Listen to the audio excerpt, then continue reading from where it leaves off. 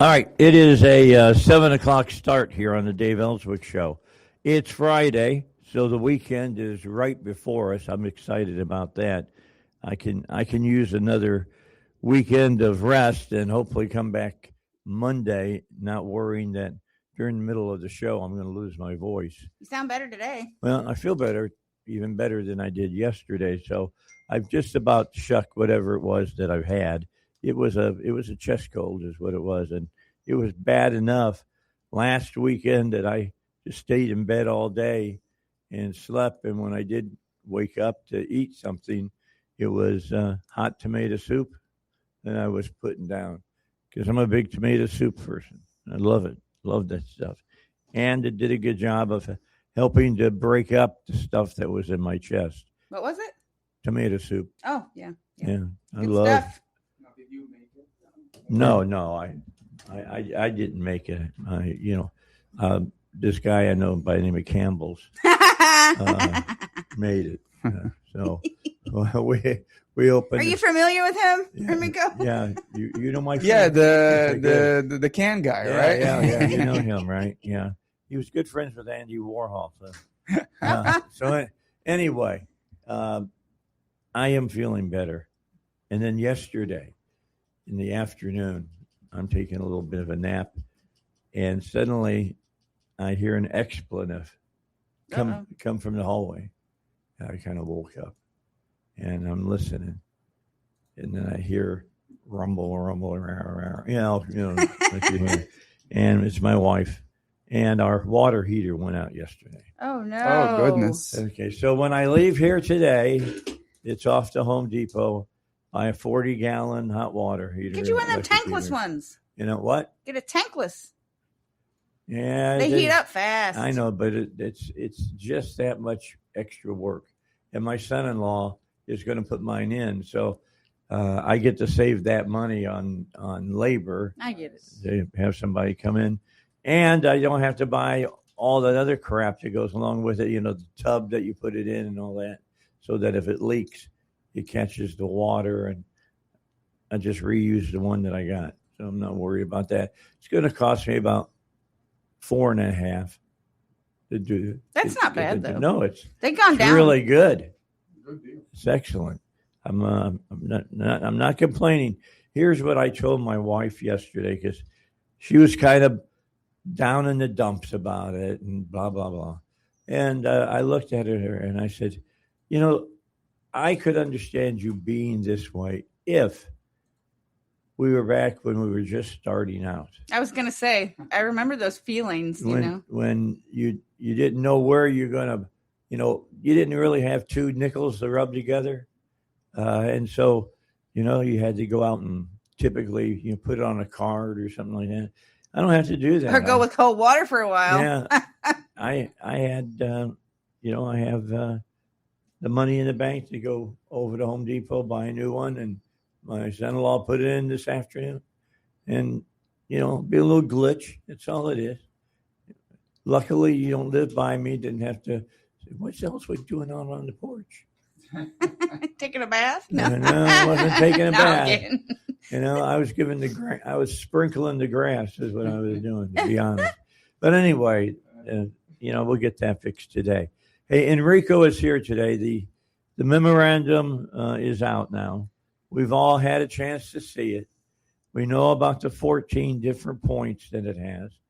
And the first one of any consequence is that the Strait of Hormuz is open again. And, the president wasn't lying when he said when that happened, gas prices would drop like a rock. Yesterday, I filled up with gas for $3.35. Mm-hmm.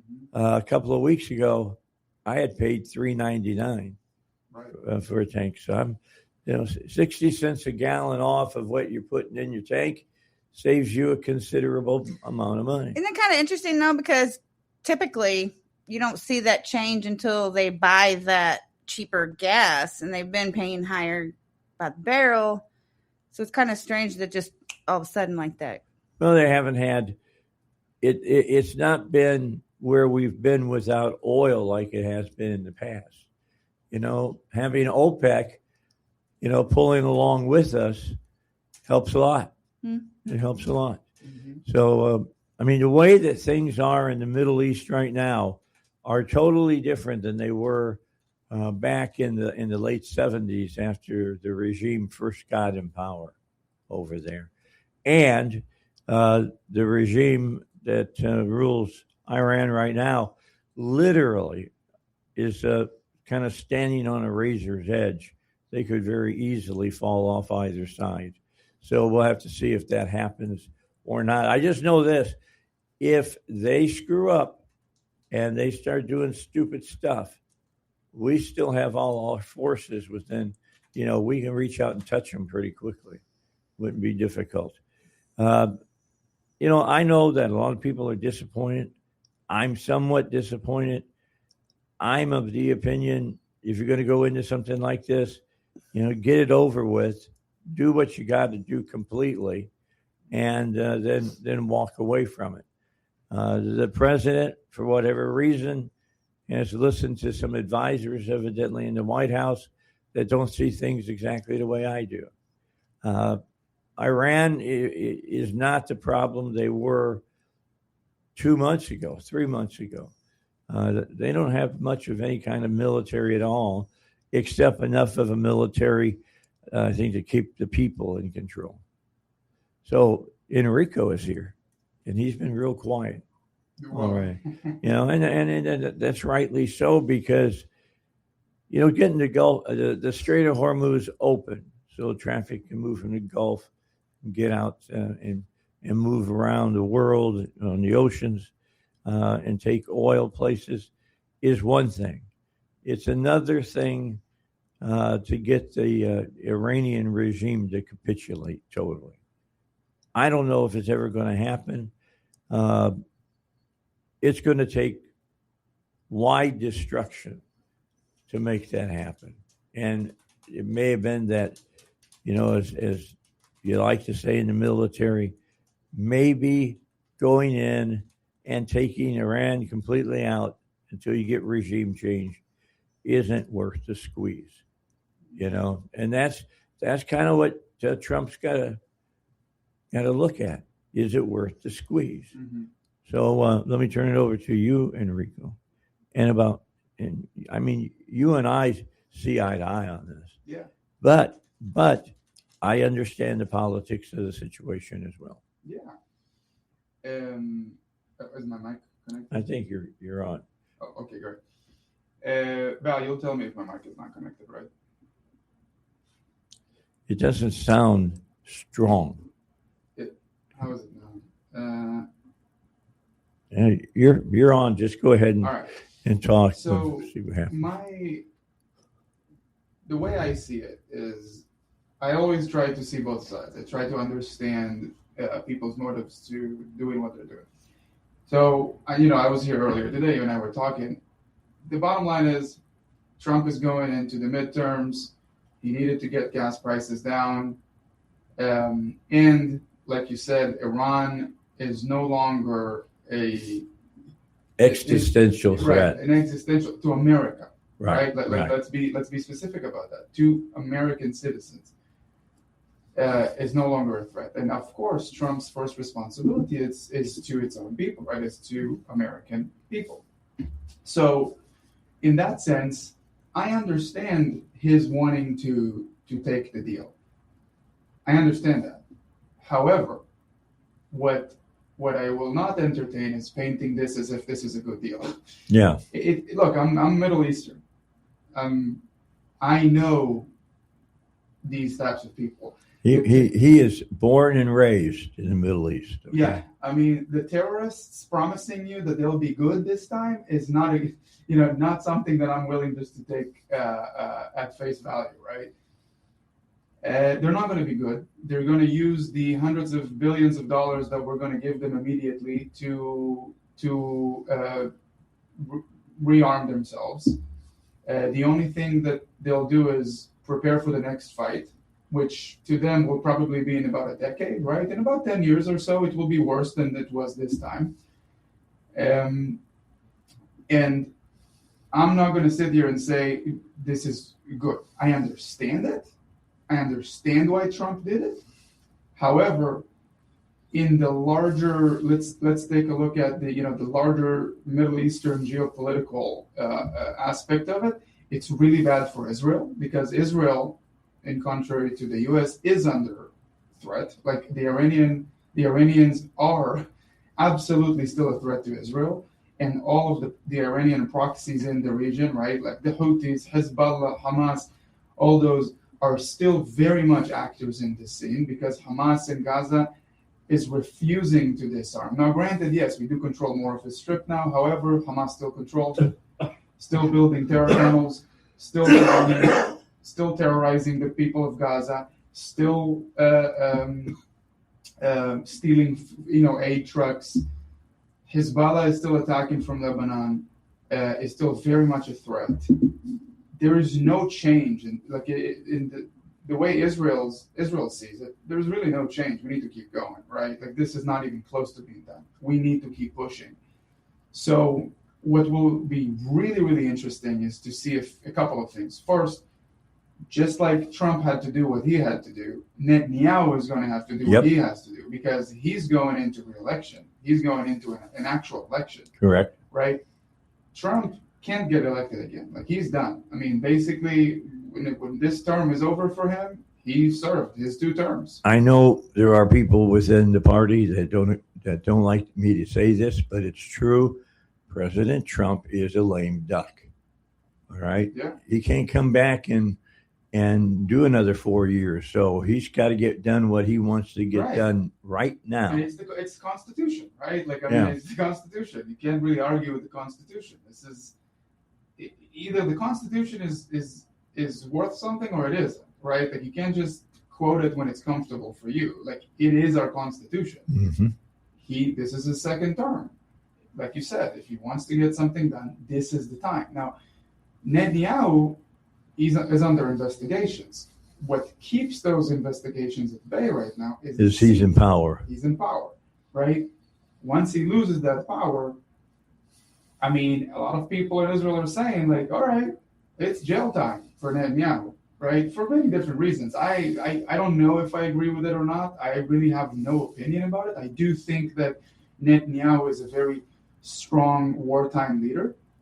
And unfortunately, in Israel, it's constant, right? Like we're constantly at some kind of war, right? For us, relative peace would seem like, chaos to Americans, right? For us, peace, right? Like peacetime in Israel will be considered pretty chaotic and aggressive to Americans. But Netanyahu is a very strong wartime leader. Now, Israelis are looking up to him and saying, okay, bud, your time to shine. Because Trump basically, Israelis are calling it straight up, he threw you under the bus. We're in Lebanon. For the first time in decades, we're back in the Bufal fortress. Like, we need to keep pushing. Hezbollah is not the Lebanese government. Like, no, it's a proxy of the right. It's an Iranian proxy. Hezbollah, we're at war with Hezbollah, not the Lebanese government. The Lebanese government itself wants us to fight Hezbollah just as much as we want to eliminate Hezbollah. So that's another thing. Now, President Trump said something about letting the Syrians with al-Jolani fight Hezbollah because, look, the Syrians hate Hezbollah just as much. I mean, Hezbollah basically helped the Assad regime to butcher, right, hundreds of thousands of Syrians. So, but here's a problem with that. If we allow that to happen, that is a war between 2 essentially enemy axes happening right on the Israeli border. That is not something that we can just take lightly. Yeah, something we'll talk about. 20 minutes after 7, Enrico is here. He, of course, is with the Israeli Foundation. Let me get you the exact, the Jewish Foundation. And he does a lot of work for them. Justin, the president, couldn't make it today. He's playing daddy duty right now, so he'll not join us. But I'm sure that he would be agreeing with what Enrico is saying at this moment. Stick around. We're going to try to make this mud a little bit clearer by the time we get done with this first hour.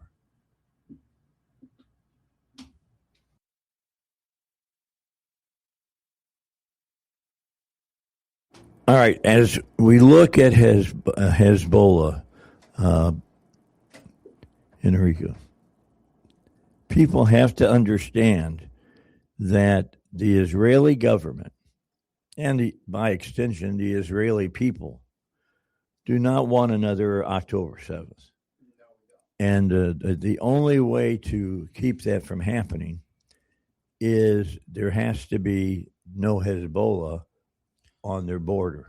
Yeah. And unfortunately, as long as there's an Iran, like the tyrannical, the regime, we know that they will continue to fund Hezbollah, right? Though again, let's make something very, very clear here. It's not that Hezbollah is not a threat to the U.S. It absolutely is, and it operates sleeper cells in the U.S. And look, let's not be naive about this, right?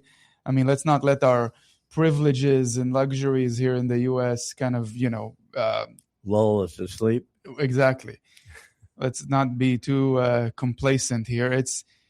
They are absolutely a threat. They're just not a threat that you feel.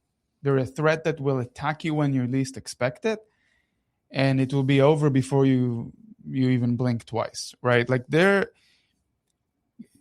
guys, terrorists promising you to be good is not something that you just agree to. It's not something that you just say. They may agree that they'll be good, but define good for me. When has that ever been the case, that a terrorist group has said, yeah, we're going to be good now? Because for them to say that, they have to admit that what they have been saying in the past is a flat out lie. Yeah. So bottom line is very, very simple. Again, Hezbollah is still very, very much a problem for Israelis, especially the Israelis that live in the north of Israel, right? At some point when we have Lieutenant Colonel Eyal come here, he can tell you about that. He lives up there with his kids. Like, he can tell you exactly what it means to allow Hezbollah to continue to operate in southern Lebanon. Yeah, he can stand in his backyard at his barbecue, right, and see Hezbollah. So look, like I said, I lead with empathy and understanding, and I can see where President Trump is coming from. I understand him, doing. I don't have to like it. I don't have to even agree with it, but I understand it, right? Understanding does not equal agreeing. Agreeing, that's correct. However, but I do understand. But what's troubling me is that, what's keeping me up at night is that for some reason there is this effort to paint this as a win. It's not a win. Like, we were this close. We were 90% done with the job, and we took a really bad deal. Now, I understand why we took the deal, but I'm not going to sit here and pretend that it was a good deal, because the American people will pay when the time is right, because this war will come again, and it will be worse. It will actually be worse in 10 years from now, because Israelis have been there, and we've been there, done that. Well, let's also look at what the political climate is towards Israel right now here in the United States. And now, Iran is going to have maybe a decade, maybe a little bit more, to continue working on, making cracks in the ally that they've got with Israel. Yeah. You basically gave them time. You gave them time. You gave them patience. You said, great, fantastic. Also, when are we going to pick up the uranium? Because if you're going to give them hundreds of billions of dollars immediately, then I want the uranium immediately. Mm-hmm. Makes sense. Now is the best time. Go pick it up. What do you mean when the time is right? Now is the time. Go pick it up. Yeah, it's time to get it. It's going to be us that's going to have to go in and get that uranium that is at the purity level that it doesn't take any time at all to take it up a few more points and use it in a bomb. Yeah.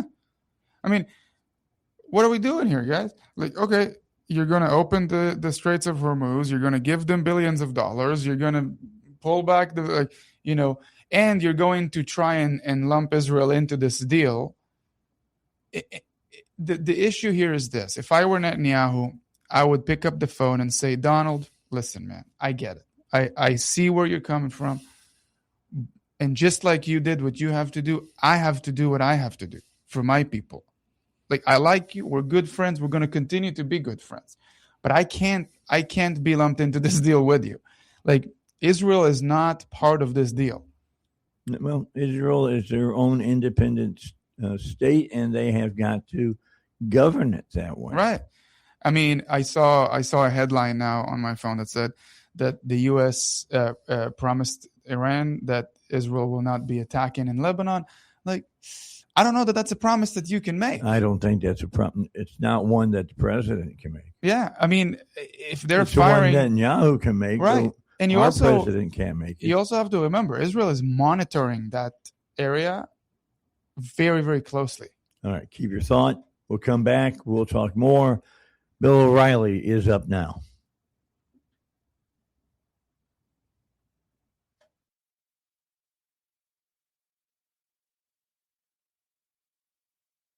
All right, Enrico is here, and he is joining us today and spending an hour with us because I knew that this memorandum of understanding it was going to be signed by the United States and by some people who are part of the group that governs Iran today, although I don't think they can point fingers directly at who holds the responsibility of their government. The Iranian regime is really teetering on the eye of the needle right now. They can fall left or right very easily. Always remember though that if they fall, something must take its place and will take its place. And you want to make sure whatever that something is something you've been planning on. Because if you're not, you could be back in a worse spot than you are right now. I mean, a good portion of the Middle East could end up, doing, the torch's old saying, flame on. As far as that's concerned. Flame on. Yeah. You want to keep that in mind. Keep in mind that Netanyahu has to deal with Lebanon. And the United States has been really clear to the Iranian government that they can't control Israel in Lebanon.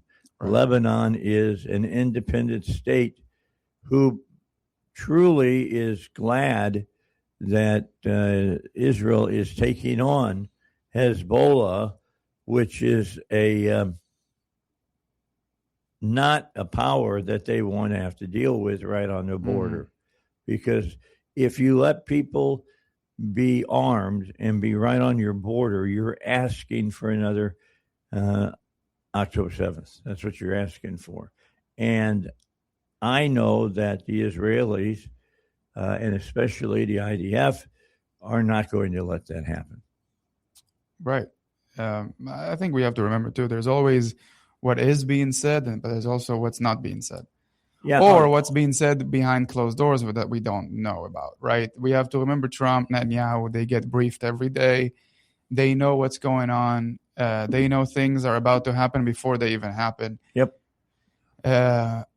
All we can do is analyze what we see, right? But I think the best analysis of it is what's not being said, right? I mean, I don't care what the president, the Lebanese president, can say whatever he wants to say. The bottom line is the Lebanese people are very happy that Israel is helping with the Hezbollah situation, right?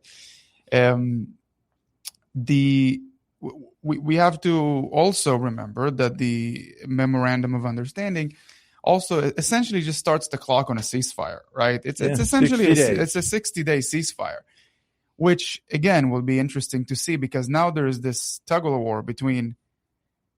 How do you say it? It's a tug of war. Tug of war between Iran and the U.S. Iranians are saying attacks by Israel in Lebanon are the United States' responsibility. The U.S. is saying, no, we can't control Israel's actions in southern Lebanon.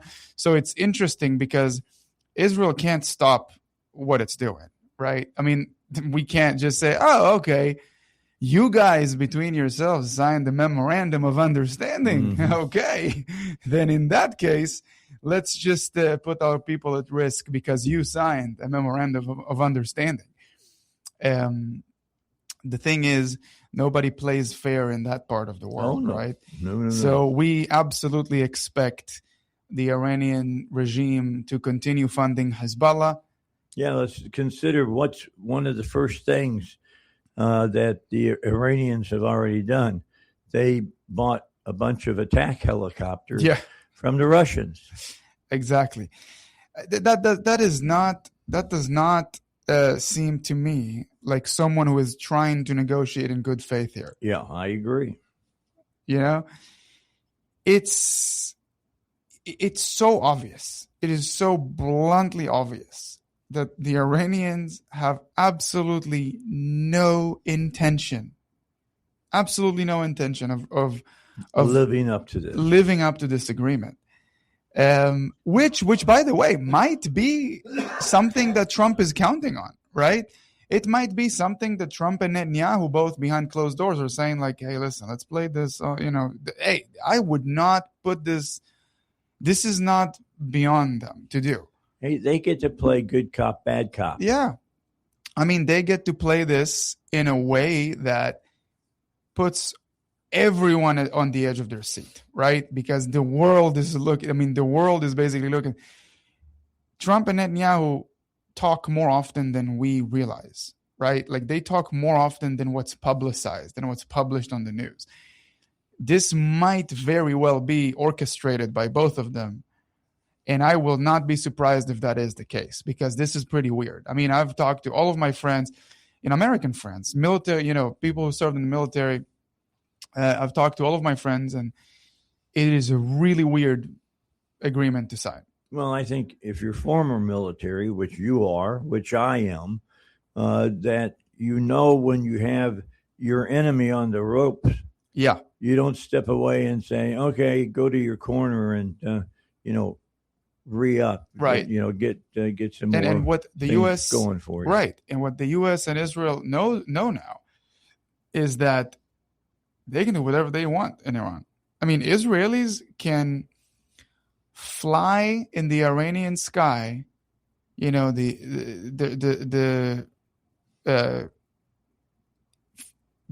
drones, the F-35s. They can build basically military bases all around Iran. They can stockpile missiles in Iran. They can refuel in Iran if they need to. I mean, it's basically we have complete superiority over Iran at this point, which also goes to show how weird this agreement is, right? I mean, wait a second, what? Now you're going to sign an agreement? Signing an agreement would have been like 3 months ago, not right now. Right now we're winning. I mean, we've been winning, right? Like we have been winning from day one. And again, I understand wanting to give the American citizens some break with the gas prices. Some, maybe we want to focus on some other things, right? Ukraine, that fight is still very much going on with Russia. Again, I will not be surprised if this entire ordeal is being orchestrated by both Trump and Netanyahu. So if it is orchestrated, the goal is get Iran to break the ceasefire, right? Which is pretty easy to do. Yeah, you just got to send some ships in that the Iranians don't agree with. Right. And let's remember something. There is a big difference between being a peacetime leader and a wartime leader. Huge difference. Not in completely two different terms. And Netanyahu is, for better or worse, whatever people think about him, he is a very strong wartime leader. Unfortunately for Israelis, Israel finds itself at war very, very, very often. So they get tired of it. I can understand that. And Israelis are saying, enough, man, enough. Now, let me explain something to our listeners. And you and I were talking about this earlier today. The average American only feels this war in the gas prices. That's exactly so instead right. of paying $3.30, you're paying $3.90. Yeah. That's all. That is literally how this is affecting you. Israel or Israelis are already paying $12 a gallon. You think they care if they pay $12.50 or $13 a gallon? To them, this is existential war. To them, this is, I might not exist tomorrow. Like, I have missiles flying over my head. I have terrorist infiltrations from, Judea and Samaria. Hamas flying rockets into southern Israel, Hezbollah in Lebanon. Like, this is, who cares about the gas prices right now? We're like, sure, I'll pay another $1. I want to stay alive. I want to stay alive. Like, that is the least of our concerns. We are so affected by it. Our fathers, brothers, uncles, they are in uniform right now fighting. Our economy is damaged and being affected by it. Our day-to-day lives are being affected by it. Businesses have to close because nobody is coming to work because everyone is in the service right now. Like, this is how much Israelis are affected by it, but that's also why we are not going to stop. We're going to say enough is enough, y'all. This is hurting us too much. We need this to be over once and for all. Enough is enough. Because it's our lives at stake here. Mm-hmm. It's our ability to continue operating our country at stake. And also, so obviously there is a big pressure on Netanyahu from the average Israeli saying like, hey, we got to keep going, man. We can't let this go. But also, Netanyahu is going for re-election. Remember, in Israel, we don't have term limits, which is probably a problem that we need to fix. But we don't have term limits. Netanyahu is running again. Now he's also under investigations. Again, better, worse, good, bad. I'm not talking about what I think about the investigations. Quite honestly, I don't know enough about it to even have an opinion. However, what it means, him being under investigations, that the only thing that's keeping those wolves at bay is him being in power, is his seat. Once he loses that seat, he's in big trouble, and he might go to jail. So if he wants to stay out of jail, if he doesn't want these investigations to become a real threat to him, he needs to make sure that the average Israeli supports him, and that he goes back to becoming the prime minister once more, or staying the prime minister, and that his people are safe. Exactly, and that his people are safe. Now, as of right now, I looked at one of the polls that came out in Israel this morning. More than 80% of Israelis believe that this is a really bad deal. More than 80%. People are saying this is a really, really bad deal. So, numbers talk. Numbers speak. They're saying, fine. We never really needed U.S. support at the level that Trump gave it to us, right? Like it was great to have it. It was great to show a show of unity. And I think the Iranian regime is very afraid of that, right? The last thing the Iranian regime wants is another coordinated effort by both Israel and the U.S. on it, because then they're done. It's a done deal. However, though, let's go back to, did Israel need it? No, we did not need it. It was fun to have. It was great to have, but we didn't need it. All we need is for Trump to give us the green light to do what we need to do. Just let me do what I do. That's it. Israel never needed it. Yeah, they don't need our aircraft carriers. They really don't. But that they're there it gives them that much to push back with against the Iranian It's great to regime. have. Yeah, it's great to have. It's a wonderful show of unity, of force. But it's not something that Israel ever expected. I mean, they were like, listen, it's our neck of the woods. I mean, we can do this. Like, we're more than capable of doing it. But we have to do it in a way, like, we have to do it.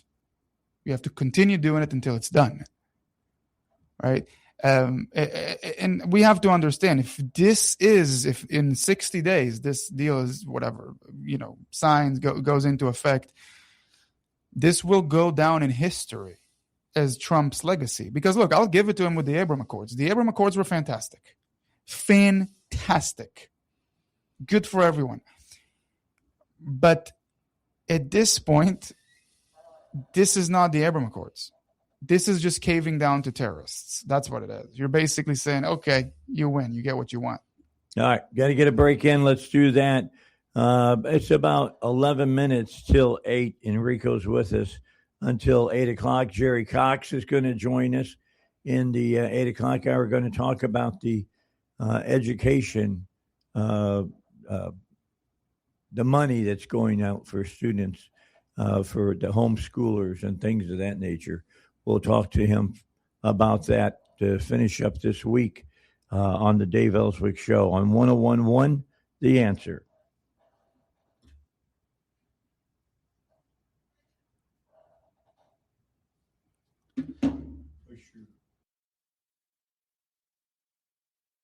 All right, let's get to it. This is the last 8 minutes that we got with Enrico. And while I got him here, I'm going to pepper him with as many questions as I can and get his take on what's going on.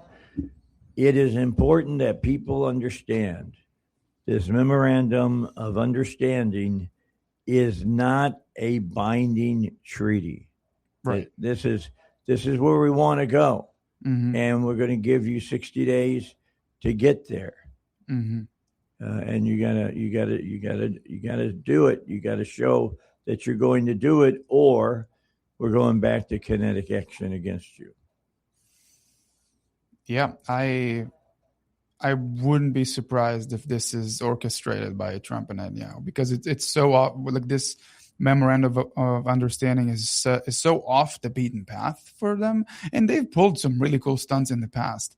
And if they need us to be convinced that this is what they want, they're doing a pretty good job, right? I mean, they might be doing this because they need intel, because they need the Iranian regime to be more relaxed for a second, to think that they're going where they want to go. I mean, there are 1,000,001 reasons why they would do it and keep the true reason from us, right? And like you said, it's not a binding treaty or anything. It's basically just buying you time, right? It's basically that's all it is. It's just buying time. And the funny thing is, I mean, look, any movement of armored vehicles, weapons in southern Lebanon by Hezbollah is technically breaking that ceasefire agreement. And Israel is monitoring that area heavily. I mean, we have drones, satellites, people on the ground. Let's not forget that. Israel operates assets all over the place. There's nowhere you can hide from Israelis. And we've showed it. We've proved it. Yeah. I mean, we have proved it time and time again, and we'll continue to do so. Israel is the strongest it's ever been. Yeah, and Iran is as weak as it has ever been. Yep. So we'll continue to monitor the situation. It will be really interesting to see how things unfold over the next 60 days. I highly doubt that the Iranian regime will adhere to the ceasefire. Highly doubt. Because just like they say Israel's attacks in Lebanon are part of the deal, then Lebanon's attacks or movement or, continuing to rearm in the region is also part of the deal, right? If they do it, we do it. Mm-hmm. And we've learned over the last 3 months, well, Israel has learned over the last, 70-some plus years, right, that you can't trust them. They say one thing and do the other. They'll tell you that they're going to adhere to the ceasefire, but then completely violate the ceasefire bluntly in your face. So Maybe that's what Trump and Netanyahu need. Maybe we will get to the 60 days and we'll have some kind of a pivot point. We don't know, but as I keep commenting on the show every week, we'll unfold it. Like, we'll uncover it and see, like, okay, this is what's happening. This is what might happen. But again, the bottom line is, I think the Iranian people deserve better from Israel, from the U.S. They deserve better. The alliance between Israel and the United States will continue to remain strong. Because just like Israel needs the U.S. needs Israel. And Iran is going to do everything that they can to drive a wedge between the United States and Israel. Yeah, well, good luck. It's not that easy to do. I mean, we love each other deeply. We're two siblings, and we might not agree all the time, but we love each other still. So, like I always say, together is the only way forward, and the U.S. and Israel are together. It doesn't matter what you see right now. We are absolutely together. And we'll keep, obviously we'll keep covering this as we're pretty attached to the TV screens at this point, because this is the most interesting it's been in a while. Oh, yeah, absolutely. And the dynamics of the Middle East have changed. Mm-hmm. They truly have changed. So let's see what can happen with those dynamics being changed. And you've got a lot of the former enemies around you who are now saying, we give you the right to exist, et cetera, et cetera. Mm-hmm. And that takes a lot of the heat off of what's going on the stove. Yeah. I'll tell you what, though, we will enjoy those lower gas prices. Yeah. We're definitely going to do that. Like I said, 335 was pretty good yesterday. Mm-hmm. Have to admit to that.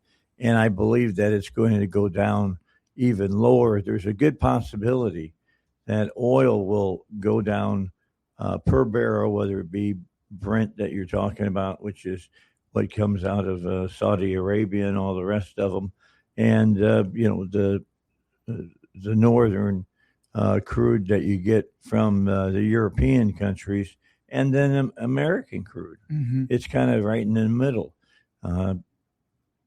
We'll be keeping our eyes on that prices as well, and so will most Americans as we sit here and talk about this.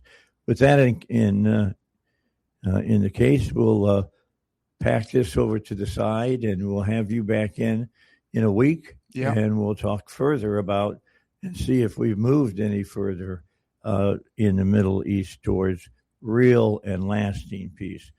Okay, let's take our break. News is next.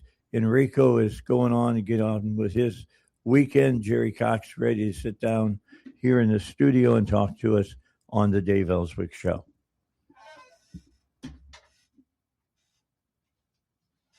All right. There you go, brother. Great show. Yeah, that is a good Love it. I will see you next week. Yeah. Well, what do you say we finish off the week with some local politics? We just spent a whole hour with Enrico talking about international politics, specifically, the political situation that's going on over in the Middle East right now. And things are changing by the day over there. It's going to be, look, I don't trust the terrorists over there any more than probably you, but I am like Vance. I'm willing to take a chance that maybe we could see peace. I don't think we will, but because my Bible tells me we won't, but we might. So, we'll continue to pray for the peace of Jerusalem in the Middle East. Now I want to bring us back right here to Arkansas. Luke McCoy from Family Council called yesterday and said, "Hey, Dave, Jerry wants to get on and as soon as he can to talk about what's going on with homeschooling and stuff." And I said, I gave him Val's number, and he called Val, and Val has Jerry sitting in the studio right now looking at me. Hey, you guys are on the ball. I'm telling you, you get results when we call over here. Well, let's talk about what's going on. How is homeschooling changing in Arkansas? Oh, well, I've been involved with homeschooling since the 1990s. I know, for almost ever. Yeah. We homeschooled our 4 sons, and then when they got in junior high, we put them in private school. So it's really all about school choice. When you talk about homeschooling, the people that are detractors about homeschooling really don't understand it. They've never probably homeschooled and maybe don't have any close friends who do. But, right now, Dave, about 32,000 students statewide are enrolled in homeschools, and they are in every school district, every community. What was encouraging the other day is, the homeschool students around the state can participate in the Education Freedom Account funding program. Right. So homeschoolers submit their receipts for legitimate education expenses, and the Department of Education okays for their so-called EFA money to be used for those expenses. Well, in order to be in that program, if you're a private school student getting funding to go to a private school, or if you're getting it to go to a homeschool, you got to take a test every year. It's a nationally recognized norm reference test. So you're comparing your kid, your student, to all the other students in America who took the same test, the same norm reference test. You know what those tests showed? They showed that the homeschoolers in Arkansas, percentile-wise, were about 10 points ahead of the private school students who are enrolled in the same EFA program. So that tells me that not only does homeschooling work, it works very well for the people that are in the EFA funding program, and it works better for them than it does even the students that are in the private schools. And that includes the elite private schools that you have here in Little Rock. Okay, so tell me, how does that compare to the public school system? Well, I've told people this is not a competition. It's a validation when Right, it comes I to the agree test with score. that. But sadly, our public school students in Arkansas consistently are below the 50th percentile. So public school below the 50th most of the time. Private school, high 50s, maybe 58 or so. Homeschools, 68th percentile. Almost 70%. Yeah. And some of those kids were really blowing the top off. They were up in the 80th, 90th percentile. So, and yet you still have people out here that somehow don't like homeschooling. And I couldn't tell you why. Some school superintendents gripe about it. They say, oh, these homeschoolers, they're not doing anything. Well, to not be doing anything, they sure are doing well. Well, they get a lot of scholarships. I know that. Well, they do. And they go to the military academies and so forth. But I think there's just a lot of still, after 40 years of homeschooling being legal in Arkansas. By the way, Bill Clinton signed the original homeschool law back in the 80s. And you know how old Bill Clinton looks. And so it's been around. In fact, we are in the second and maybe even almost third generation of homeschool people here in Arkansas. And so it does work well. As I said, about 32,000 students are enrolled. Of the Education Freedom Account funding, about 14,000 students, homeschoolers, are receiving funding under that. That represents about 40% of the total number of students in the EFA program. So not quite half of the students in the EFA program are, getting funding. Some people have said, well, how do we know these homeschoolers are actually using their state funds for legitimate education expenses? Well, look at what we just talked about. Yeah. Well, and the fact that, here's the deal. If I'm a homeschooler and I want to use EFA money for my education expenses, I have to get it approved. And so if it's a core education expense, it's on a list, and the department says, okay, math books, science books, so forth and so on. That's approved. But then if I want to buy something, let's say like art supplies, maybe for an art class, paintbrushes and all that stuff, that kind of thing has to be pre-approved under the new rules, and it has to be then approved and reimbursed by a human sitting in an office over at the Department of Education. So there's some goofy stuff going around out there. Somebody alleged that some homeschoolers went to Disney World on their EFA money, and that's impossible. Or if they did, that means somebody at the department didn't pay any attention and approved it, which did not occur. But there's just goofy stuff like that going around. And, homeschoolers are easy to pick on. And a lot of the homeschool families I know are kind of getting a little bit of a attitude, rightfully so, because it's like, listen, we're doing better than the private schools. Why you people keep wanting to pick on us? And thus that brings us to these new onerous rules that the department has put forth. Yeah, let's start with the National Education Association, the NEA. They've brought an extra $1 million to this ballot measure that is being pushed by the teachers union. Well, and see, here's what's bad about what's going on with the ballot measures in Arkansas. So there are several out there. One of them would pretty much just destroy the EFA program, because those people, these are backed by the teacher unions, the National Education Association. They do not want students to have choices. They don't want parents to have choices. They want to capture your child in a government building, take them there on a yellow school bus, and teach them an NEA or National Education Association type curriculum. And we know where that's got us. The ACLU and all of those people have done their very best to get Christianity, God, religion, all those things out of the schools. And look at what a mess some of the schools are in now.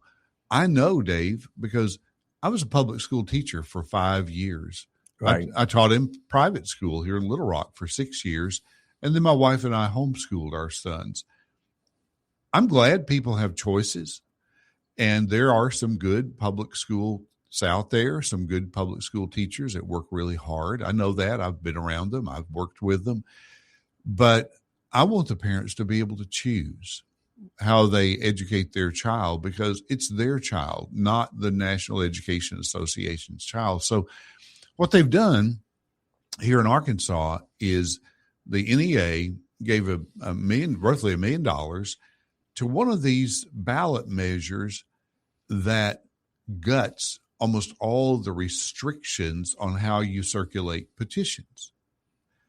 So you think, well, why would they do that? Well, I think they may have realized that under the current guidelines, they're not going to be able to get enough signatures on their ballot measure this year to upend the LEARNS Act, the EFA program, the school choice program here in Arkansas. Right. So they said, here's what we'll do.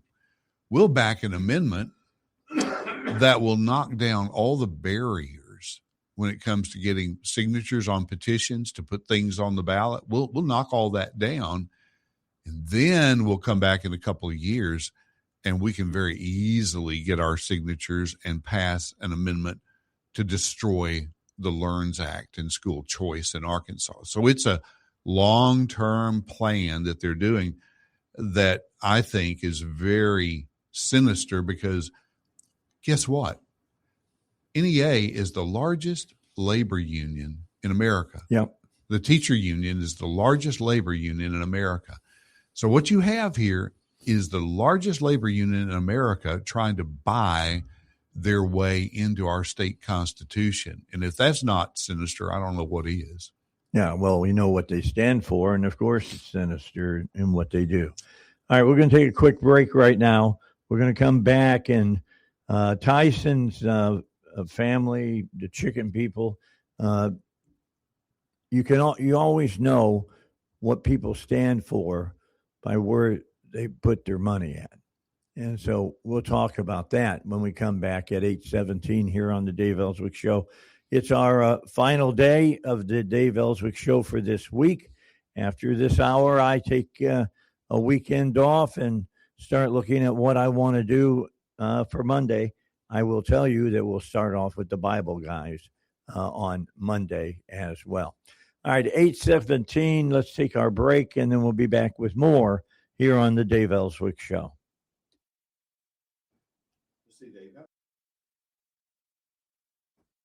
All right, let's step back a little bit, and let me remind you that the National Education Association, the NEA, is fighting tooth and nail against these education freedom accounts. They're definitely fighting against them.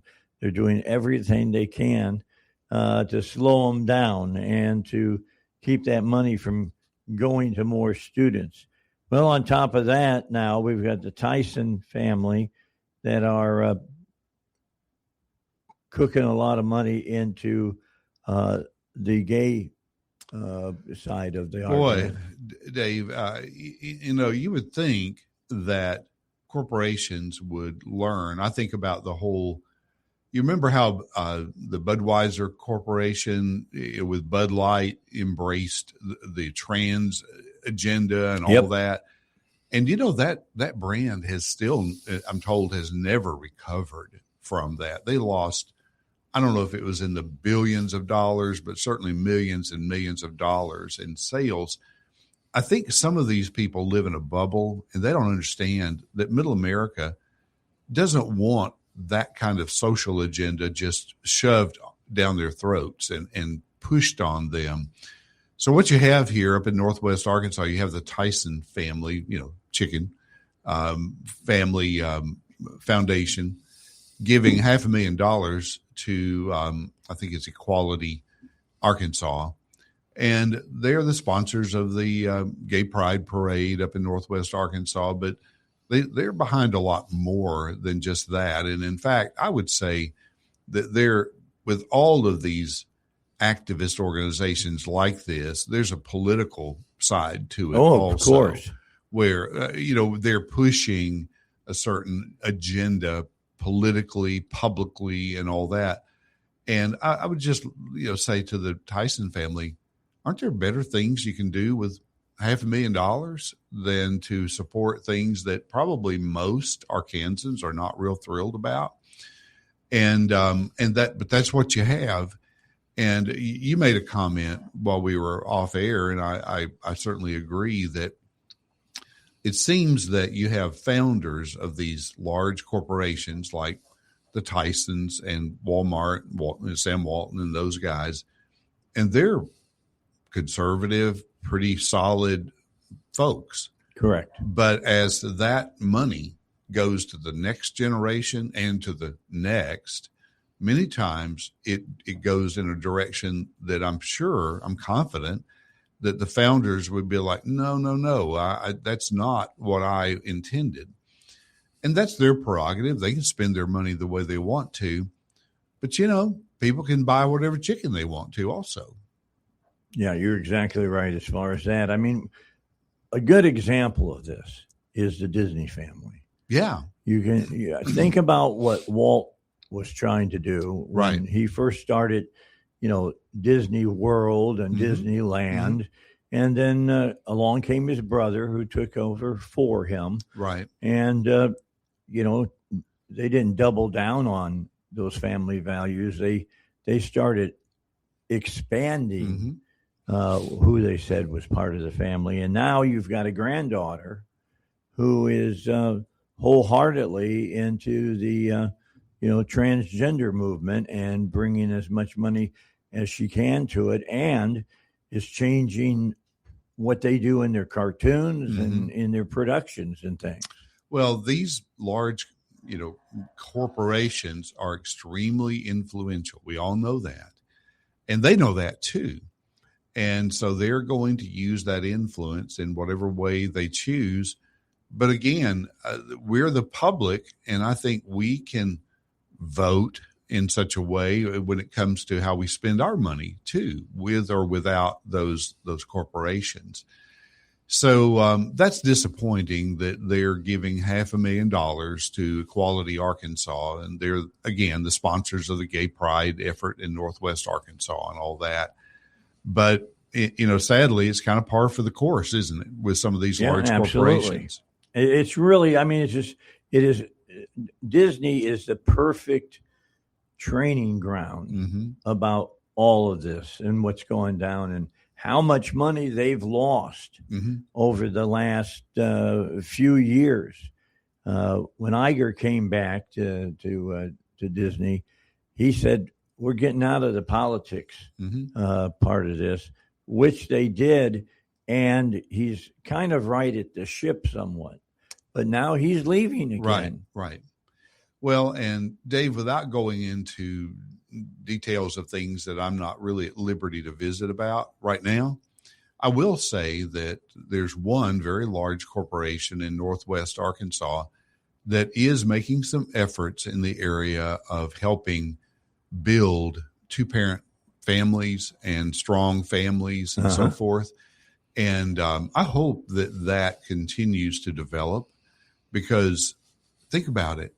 Those big corporations could wield a lot of influence for good. Oh, yeah. Imagine if they put a lot of their effort into saying, you know what, we're going to focus on trying to encourage the formation of two-parent households where kids have a mom and a dad who are together, who support the family and all that. Imagine how much good that would build into our culture, how much more good they could do by doing that.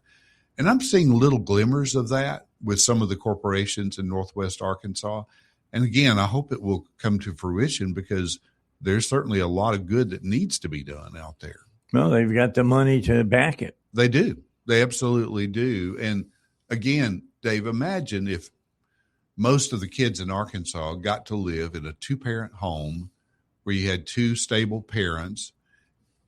Think about all the problems that would just go away if we could build that, rebuild the family, because I realize not everybody gets to grow up in a stable family, but I wish they could. And if they did, I think a lot of our behavior problems at school would go away. A lot of the low achievement at school would go away. There'd be fewer people in the jailhouse. We wouldn't need to build another prison. Right. I think that so there's so many things that they could be doing that would be good.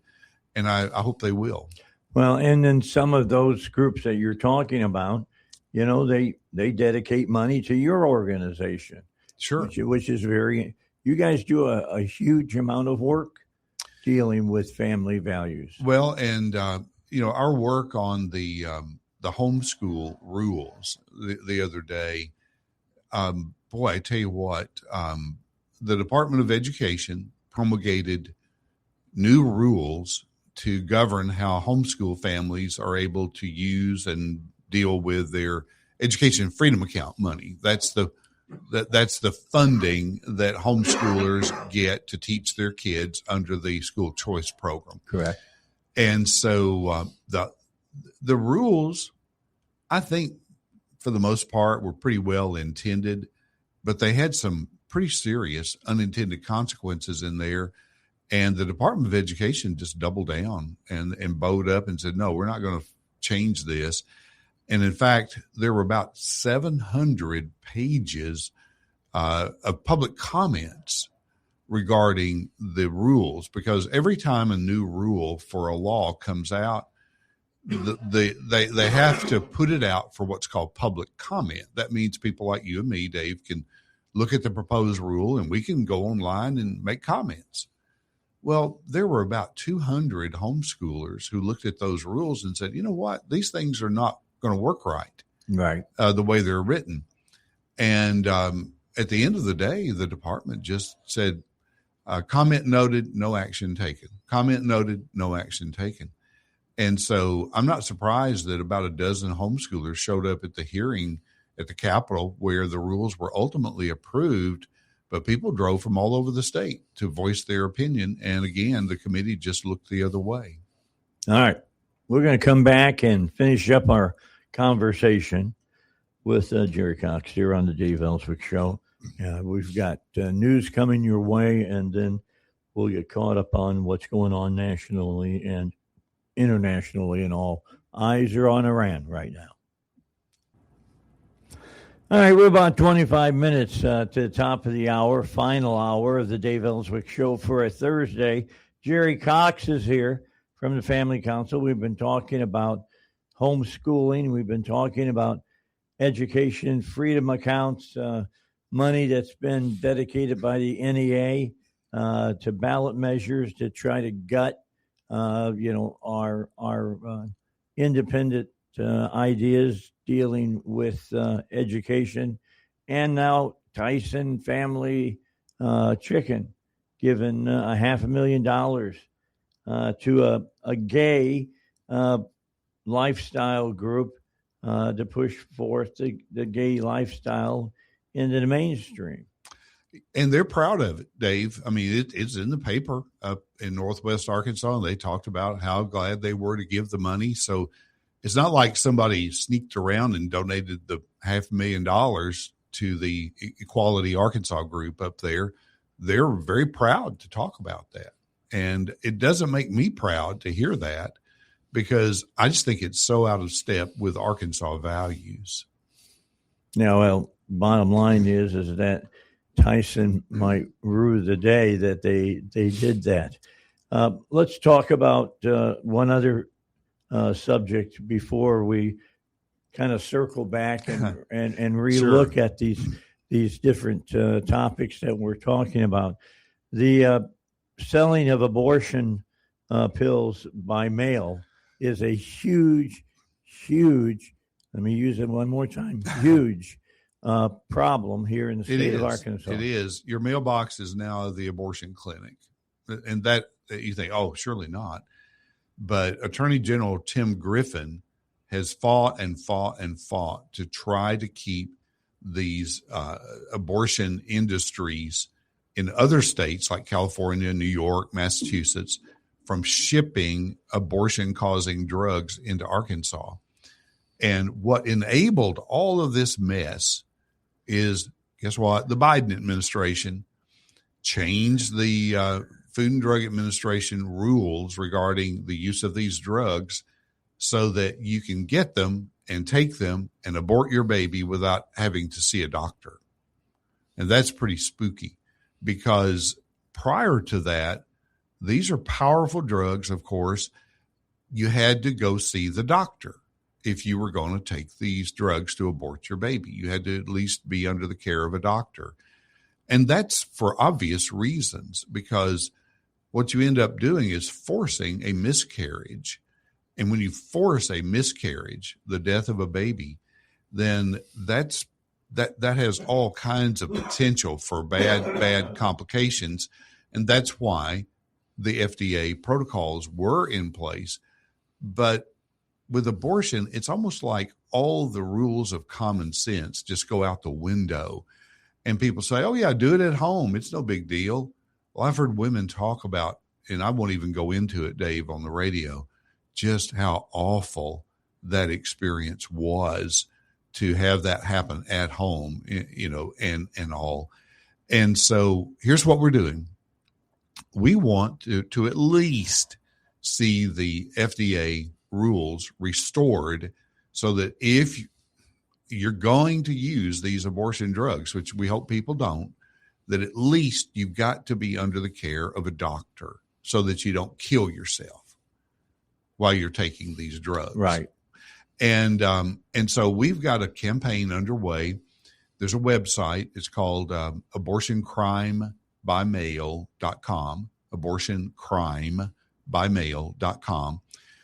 If you log on there, you just type a little message on there and click, and it will send your name and contact information to our Arkansas members of Congress that says, pressure the president, pressure the FDA to restore the rule that at least if you're going to do abortion drugs, you have to see a doctor. You have to be under the care of a doctor. And we're trying to generate buzz, talk activity around this. And there are about 20 other states doing the same thing. So it's a concerted effort. And people may say, well, our congressional delegation is all pro-life. Yeah, they are. And I'm really glad. But what we want them to do is to lean on the president and lean on the Food and Drug Administration and say, hey, guys, let's get back to some common sense and say, if people are going to take abortion drugs, at least you got to be under the care of a doctor so you don't kill yourself. Yeah, because we don't know what kind of immense bleeding might occur for the mother.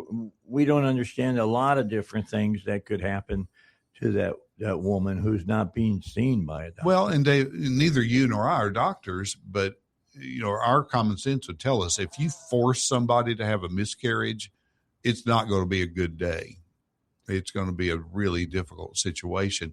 The other thing is that's even more dark is we've heard of cases. There was one out of Louisiana and some other places where people would order the abortion drugs and they would either force their daughter or their girlfriend, try to force them to take the drugs against their will, or even sneak it into some of their food or drink and try to kill the baby that way. And again, this won't eliminate the use of abortion drugs, but having to see a doctor would be a sensible thing to do. So abortioncrimebymail.com, go there, click on it, do the little fill out the stuff on there. Takes about 2 minutes, and you can make your voice heard. All right, we're going to go ahead and take our break for this half hour early, and then that'll give us a whole football field open in front of us that we can run for the goal line when we come back. So Jerry's going to stick around until 9 o'clock. I'll be here until 9 o'clock. Val, you going to be here till 9 o'clock? She's shaking her head. Yes. So, yeah, she'll be here as well. So stick with us. If you missed the beginning of this conversation, you'll want to stay with us because we're going to go back and talk about some of the things we talked about initially here this hour on the Dave Ellswick Show. All right, we've got about 16 minutes left here in this hour. I've got Jerry Cox here. Jerry, let's go back and talk about the Education Freedom Account rules and what they're trying to do to homeschoolers. Well, and I'll start at the end and work my way backward. Okay. And so on Monday of this week, the Legislative Council Administrative Rules Subcommittee met to hear final approval or do final approval on some brand new rules that impact how homeschoolers will use their Education Freedom Account funds under the LEARNS Act. Now, the homeschoolers looked at those rules, and there were about 200 homeschoolers that went to the trouble to go online, read the rules, and make public comment about those rules. After they read the rules, they pointed out deficiencies in the rules. There were about 3 or 4 areas where the rules were deficient. The Department of Education looked at those comments, and most of them, they had addressed some things earlier, but on that last round, they just looked at it and said, comment noted, no action taken. Comment noted, no action taken. And so because of that, there were about a dozen homeschool moms that came to the hearing on Monday. They drove from all over the state to go there and make their voice heard. And that committee, I've been around the Capitol 40 years almost now. I'm pretty sure that their minds were made up when they got there. You can tell that, by the way. I can. And one of the things they said was, let's just limit testimony to 1 minute per person. There you go. And I'm like, okay, these ladies drove from Heber Springs or wherever all the way to Little Rock because they care. And you're going to look at them and say, you got 60 seconds to say something. Well, you can't even get started in 60 seconds. And thankfully, Senator Terry Rice from over in Waldron contested that and said, these people came a long way. And so to their credit, the chair and the committee allowed almost 2 hours of testimony. Good. Yeah. And so, but that made a good turn. And, but it didn't change the vote. Right. The committee heard the testimony and then they approved the rules. Here's what's wrong with the rules. And these may be unintended consequences, but intended or unintended, it's still there. So number one, if you're a homeschooler, you can't get, according to the rules, you can't get a reimbursement for your expenses for any athletic event or activity that requires tryouts. So that kind of means you're not going to get any funding for like team sports. Now, the department said, well, we're not going to interpret the rule that way. Trust us. Well, I've been around the political world, and some days you can trust folks and some days you can't. And trust but verify, as Reagan said, Yep. and all that. But that's a problem, because if I'm in a private school, nobody knows really what that tuition money went for that I used my EFA money for. They could buy a flagpole, a football, a math book. They can buy anything with it. But if you're a homeschooler, they want to put you under the microscope and look at all your expenses, say, well, no, that sport required a tryout, so we're not going to give you any reimbursement for your participation in that. And I just think that's an equity issue there. The next thing is they instituted what they call a pre-approval process for non-core academic expenses. That'd be like probably art supplies, a microscope, things like that. I don't have a problem with that. Homeschoolers don't have a problem with that. But here's the problem. The process for homeschoolers actually getting their money for their expenses used to take a week or 2 to 3 weeks, maybe. Right. Now it's taking 2 or 3 months. And now they've added in this other step of all of these non-core expenses having to be pre-approved. Then you go buy the item, and then you bring your receipt back, and you hope that you get reimbursed for it out of your EFA account. That just layers on more bureaucracy. I don't think homeschoolers have a problem with pre-approval or the reimbursement, as long as it happens quick. Yeah. But think about it, Dave. Most of us don't have a whole lot of money to go out here and buy a whole bunch of stuff for school and wait 3 or 4 months to get reimbursed for it. Correct. You're going to put it on a credit card and it's going to rack up interest, or you may not be able to do that. And so here's what I told the committee. I said, rules and regulations are necessary, but if they become so onerous that people can't function under them, then they become a prohibition, a barrier. And I know how government works sometimes. If you don't like something, the government may not be able to outlaw it, but they regulate the daylights out of it so it becomes just too difficult for people to do. Right. And I don't want us to get to that point with this school choice issue and the homeschoolers. And so we voiced some strong opposition to that, because I don't think it's fair. It's not right to do that. And so I think we made a little headway in the committee, even though the rules got approved. I hope the department will be sensible in how they interpret the rules, but you never know, because I've already heard conflicting reports out of the department where they said, oh yeah, a microscope, that's a core education expense. You won't need a pre-approval for that. And then another person at the department said, oh, a microscope? Yeah, you'll have to be pre-approved before you can buy a microscope. And I'm like, well, which is it? And if I'm already hearing that conflicting information, that means that when a homeschooler goes over there, calls them up, sends something in, I think they're going to get the same kind of thing, unfortunately. So there's some progress that needs to be made there, and I hope they will. And something else that needs to be looked at is national organizations that are dedicating money to ballot measures here in the state of Arkansas. Yeah, I mean, there's a ballot measure out there that would destroy the whole school choice program. It wouldn't even, I think it wouldn't even exist if that ballot measure passes. I don't think it's got enough momentum to get on the ballot this year. But the National Education Association, the America's largest union just gave $1 million to an effort to pass a constitutional amendment that would pretty much obliterate all the regulations we have for circulating a petition to put things on the ballot. The affidavit at the bottom of the ballot would be, or the page would be eliminated. It would be just so wide open for fraud that I think a special interest group could come in with a lot of money and a lot of cheaters, and they could put just about anything on our ballot here in Arkansas.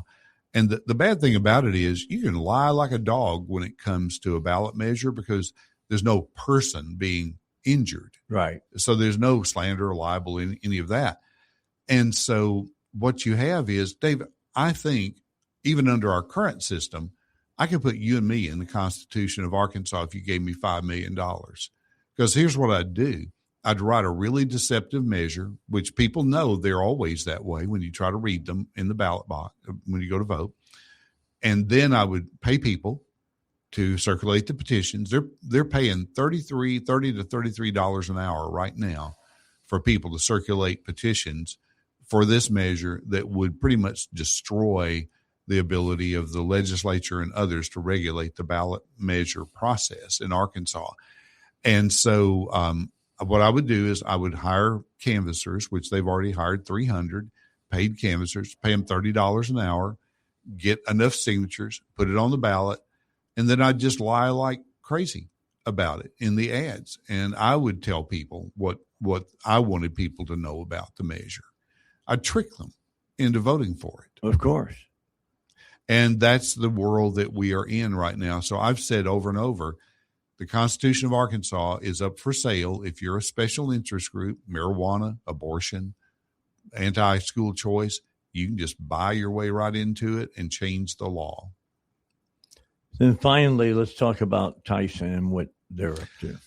Boy, I tell you what, there's so much good that these large corporations in Arkansas could do. Think about it. How much money Tyson Foods has, or the Tyson Family Foundation. And we've all been real proud of our Arkansas success stories like Tyson's and Walmart, J.B. Hunt, all that. We've all been very proud of them. But boy, when the family foundation, the Tyson Family Foundation, forked over $500,000 to Equality Arkansas, that's a pro-gay group. They do the gay pride events in Northwest Arkansas. That just really is disappointing that they would do that because, Dave, think about all the problems the poor and other people here in Arkansas that could benefit from the help of the Tyson family. I'm sure they do some good in other areas, but why did they have to give to an organization that's so out of step with mainstream Arkansas that really has a political flair to it when you come right down to it? The pro-gay groups aren't just about having parades. They're about changing the law, changing the culture, and forcing something into our schools and elsewhere that most parents don't agree with.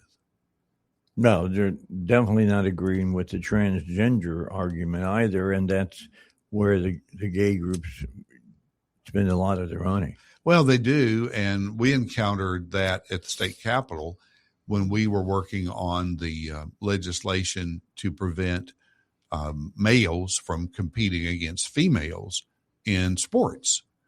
And boy, you would think we were committing some terrible sin, according to the activist groups that were out there. They threw a fit. And one day we walked out at the Capitol. They surrounded us in front of the Capitol, a mob of trans and pro-gay people and all that. And boy, it was kind of scary. The police had to come out and keep them away from us, and we moved on. Nobody got hurt, but it's an aggressive agenda. And we see that on TV, but I've experienced it firsthand right here in front of our own state capitol. Well, this has been going on for quite some time. Code Pink has been involved in this since back in the 80s. Mm-hmm. And they got a lot of different things passed in California and stuff by having their members show up in the halls of the state their state assembly and blowing whistles. Yeah. So nobody could hear what anybody was saying. Yeah. But Dave, kind of bottom line, I've looked at all the ballot measures that are out there. If somebody comes up to me with a petition between now and the July 3rd deadline for turning in signatures, I'm not signing any of them because they are all very left leaning in their intent. And so that's my philosophy this go around is there's not a single one of those measures that I would sign to put on the ballot. All right. Jerry, it's always a pleasure to have you here. I'm glad that you came in today.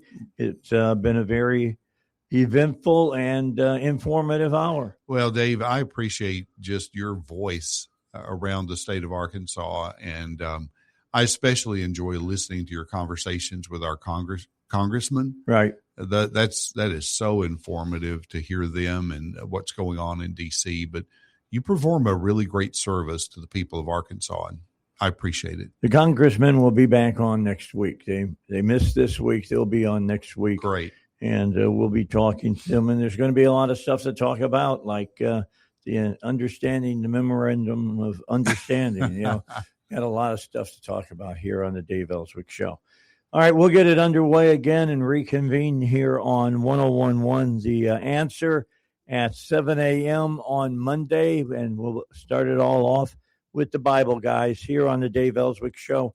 Have a great weekend. Enjoy and try to stay dry. And enjoy your Father's Day coming up this Sunday.